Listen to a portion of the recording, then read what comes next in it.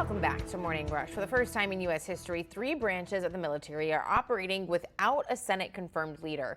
With the departure of the Chief of Naval Operations this week, now the Navy, Army, and Marines are left in limbo with their senior leadership. It's all due to an unprecedented protest by Alabama Senator Tommy Tuberville.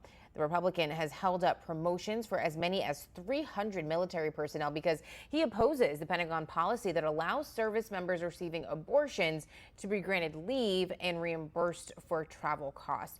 Next month, the stakes, well, they rise even higher.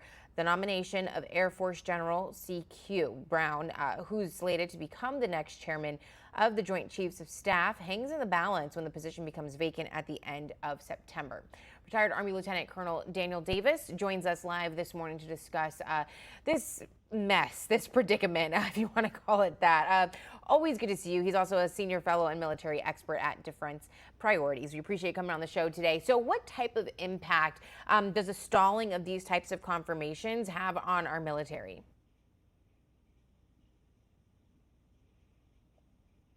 At the moment, this is basically an inconvenience and an annoyance to the people at the top. But in terms of military readiness, I know I've read a number of comments that people say this has a deleterious effect on the military readiness and our ability to fight, and I don't see any evidence of that at all.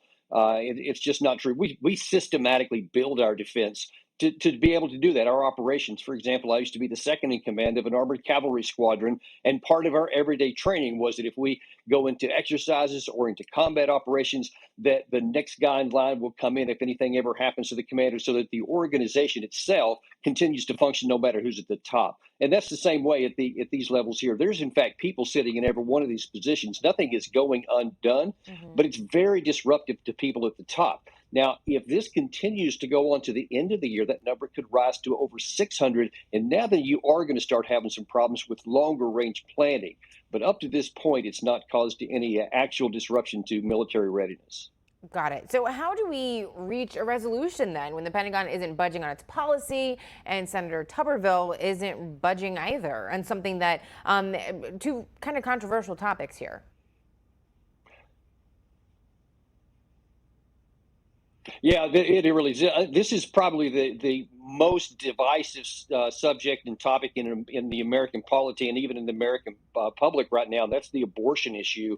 And what you have right now is you have the military being used as a political football, and it's getting kicked around by both sides because there are ways that the Democrats could get rid of this situation and could get these people nominated. There are ways that the Republicans could give in and to get these things nominated, but neither side wants to give in on anything because this is such an emotional issue. And that's really the problem and my concern, because neither side wants to be seen as giving in on something that's important to their constituency. And right now, there is no resolution on the board. And this is going to continue on until the pain gets so much that one side or possibly both finally have to make a compromise. So and correct me if I'm wrong, and I may be ignorant to this, but is it a problem, do you think, that it can come down to one person, it sounds like, who has a problem with this X policy and they're holding everything up? Is that a problem in the bigger picture, in the system overall? Well, of course, it's been this way for quite a long time, and Right. it's not completely accurate to say this is unprecedented. There have been many cases to where individuals have held up something that was supposed to be unanimous consent for their particular purpose, but it's never been done on this large scale for this long. And it hasn't been a problem up to this point. The things existed for a long time, and people have been able to work it out. But because this is such a contentious issue, it's having an outsized impact that we haven't before. And of course, that's going to lead people to say, do we need to look at a systematic change? But nobody wants to give up that power to potentially do it in the future, and that's again just exacerbating the problem. Right. So when it's all said and done, I mean, what kind of precedent does this tactic, by Senator Tuberville set for the future? Yeah, well, that's really the issue. That it's going to be some concern because really depending on how this works out. Now, if Tuberville is able to get his way, and if he gets the Defense Department to pull that memo that's at the heart of this whole issue, then I think there's going to be a pretty high chance that this happens again in the future by potentially both sides Hmm. on issues that are really important to them because they see it can work.